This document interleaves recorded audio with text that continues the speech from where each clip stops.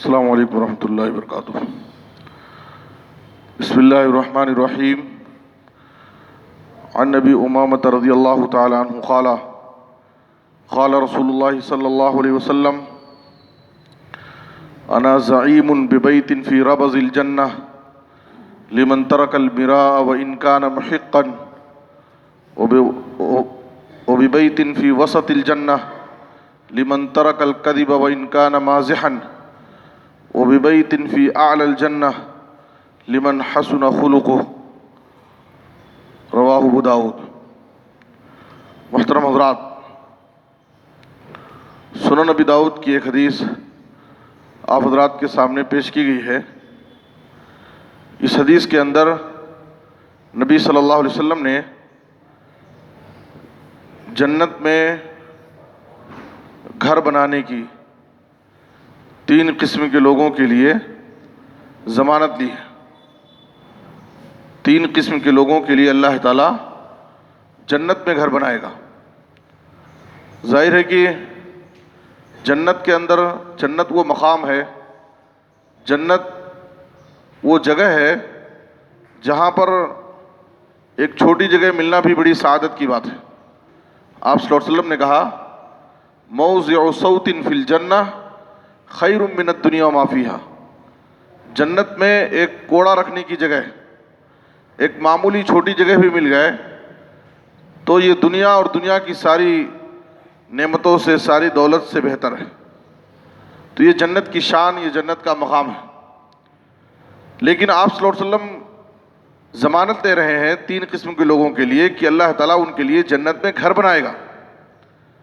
دنیا میں ایک انسان اپنے لیے ایک اچھا گھر بنانے کی کوشش کرتا ہے، خواہش کرتا ہے، آرزو کرتا ہے، اور وہ یہ سمجھتا ہے کہ یہ دنیا کا میرا جو گھر ہے یہ عارضی ہے، فانی ہے، ایک نہ ایک دن ختم ہو جائے گا، گھر بھی ختم ہو جائے گا، انسان بھی ختم ہو جائے گا۔ لیکن انسان دنیا میں گھر بنانے کی بڑی خواہش کرتا ہے کہ میرا اپنا خود خاص اپنا گھر ہو اور خوبصورت گھر ہو۔ لیکن صحابہ کرام کی یہ کوشش ہوتی تھی، ان کی یہ فکر ہوتی تھی کہ یہ دنیا عارضی جگہ ہے، یہ فانی جگہ ہے، یہاں کی نعمتیں جو ہیں وہ سب ایک نہ ایک دن ختم ہو جائیں گی، ہم بھی اس دنیا سے چلے جائیں گے۔ اس لیے ہماری نظر، ہماری فکر آخرت کی کامیابی پر ہو، آخرت میں جنت میں نعمتیں حاصل کرنے کی فکر ہو۔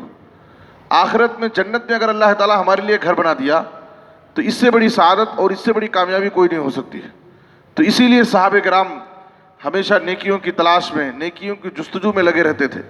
نبی صلی اللہ علیہ وسلم کی خدمت میں حاضر ہوتے، خود سوال کرتے اللہ کے رسول جنت میں لے جانے والے اعمال کیا ہے؟ میں کیسے جہنم سے بچ سکتا ہوں؟ جنت میں بلند درجے کیسے حاصل ہوں گے؟ اے اللہ کے رسول کون سے ایسے اعمال ہیں جو مجھے جنت سے قریب کر دیں گے اور جہنم سے دور کر دیں گے؟ نبی صلی اللہ علیہ وسلم سے اعمال سیکھتے اور سیکھ کر کے پوری زندگی اس پر عمل کرتے تھے، اس پر قائم رہتے تھے۔ دیکھیے یہ حدیث جو ابو داؤد کی ہے، آپ صلی اللہ علیہ وسلم فرما رہے ہیں انا زعیم ببیت فی ربض الجنہ لمن ترک المراء وان کان محقا۔ پہلا خوش نصیب انسان جس کے لیے نبی صلی اللہ علیہ وسلم نے جنت میں گھر کی ضمانت لی ہے۔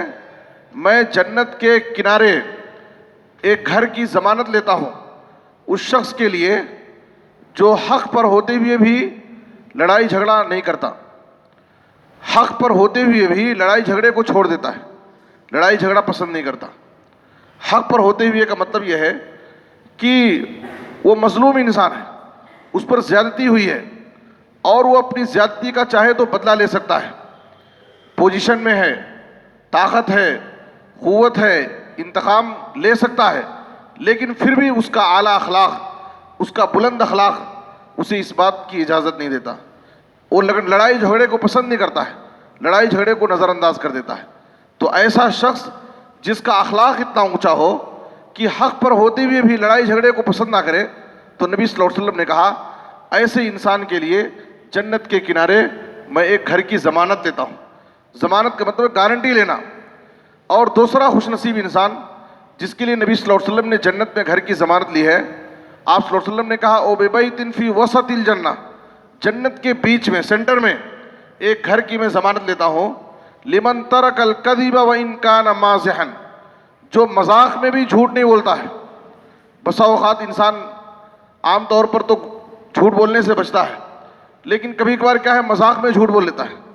دوستوں کی مجلس ہے، دوستوں کو ہنسانے کے لیے، مجلس کو گرمانے کے لیے، لوگوں کو خوش کرنے کے لیے بسا اوقات بعض لوگ جھوٹ کا سہارا لیتے ہیں، جھوٹی باتیں بولتے ہیں، جھوٹے قصے سناتے ہیں، جھوٹے واقعات، جھوٹی خبریں بیان کر کے مجلس کو گرمانے کی کوشش کرتے ہیں۔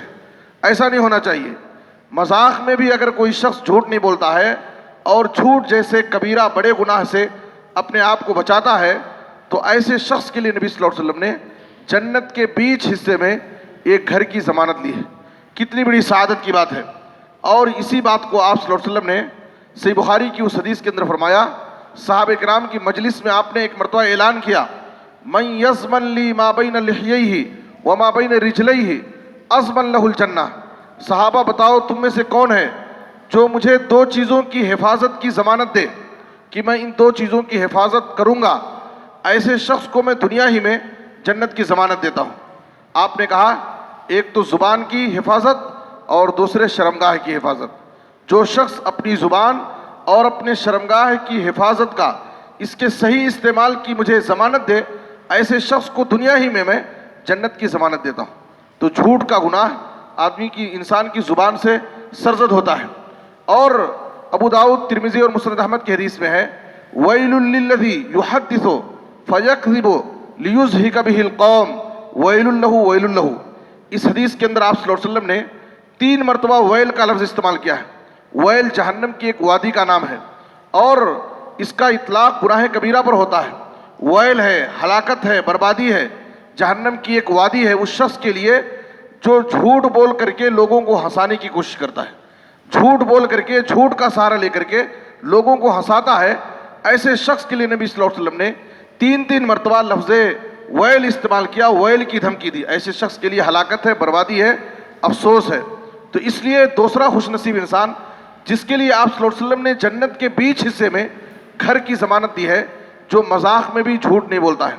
اور تیسرا انسان جس کے لیے آپ صلی اللہ علیہ وسلم نے وَبِبَيْتٍ فِي أَعْلَى الْجَنَّةِ لِمَنْ حَسُنَ خُلُقُهُ، اس شخص کے لیے جنت کے سب سے اعلیٰ درجے میں گھر کی ضمانت لیتا ہوں جس کے اخلاق و کردار اچھے ہوں، جو لوگوں کے ساتھ اچھے اخلاق کا مظاہرہ کرتا ہو، جس کے معاملات، جس کے لین دین، جس کا کردار، جس کی زبان، جس کی گفتار لوگوں کے ساتھ اچھی ہو۔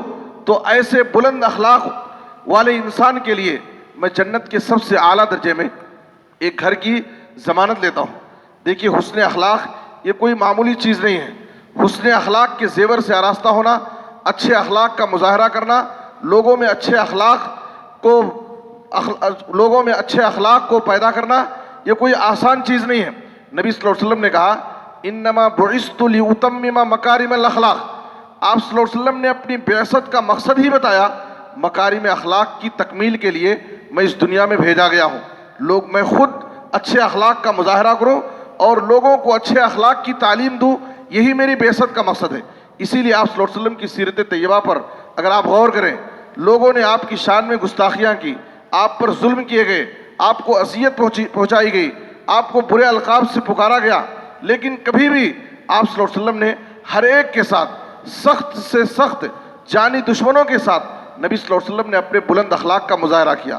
ظالم سے لیا ظلم کا بدلہ نہ کسی وقت، مارا بھی تو اخلاق کی تلوار سے مارا۔ یہ نبی صلی اللہ علیہ وسلم کا بلند اخلاق تھا۔ نبی صلی اللہ علیہ وسلم حسن اخلاق کے سب سے بلند مقام پر فائز تھے، لوگوں میں سب سے اچھے اخلاق والے تھے، لیکن پھر بھی آپ صلی اللہ علیہ وسلم حسن اخلاق کی دعائیں مانگتے تھے۔ اللہم حسنت خلقی فحسن خلقی، اے اللہ خلقی اعتبار سے، پیدائشی اعتبار سے جیسے مجھے اچھا بنایا ہے، اخلاق کے اعتبار سے بھی مجھے تو اچھا بنا دے، میری سیرت، میرے کردار کو، میرے اخلاق کو بھی تو اچھا بنا دے۔ آپ صلی اللہ علیہ وسلم دعا کرتے اللہم اہدنی لاحسن الاخلاق لا یہدی لاحسنہا الا انت واصرف عنی سیئہا لا یصرف عنی سیئہا الا انت۔ اے اللہ تو مجھے حسن اخلاق کی توفیق دے، اس لیے کہ تو ہی توفیق دینے والا ہے۔ برے اخلاق سے اللہ مجھے بچا، اس لیے کہ برے اخلاق سے تو ہی بچانے والا ہے۔ آپ صلی اللہ علیہ وسلم پناہ مانگتے تھے برے اخلاق سے، اللہم انی اعوذ بک من منکرات الاخلاق والاعمال والاہوا والادوا۔ اے اللہ میں برے اخلاق، بری خواہشات، بری عادتوں سے، بری بیماریوں سے اے اللہ میں تیری پناہ چاہتا ہوں۔ اس لیے اس حدیث کے اندر آپ صلی اللہ علیہ وسلم نے جن 3 قسم کے لوگوں کے لیے جنت میں گھر کی ضمانت لی ہے، ہمیں ان اعمال پر، ان صفات پر غور کرنا چاہیے اور اپنے اندر وہ صفات پیدا کر کے ہمیں جنت میں اپنے لیے گھر بنانے کی کوشش کرنا چاہیے۔ اللہ ہم سب کو نیک توفیق دے، آمین۔ وصلی اللہ علی نبینا محمد و آلہ وصحبہ اجمعین۔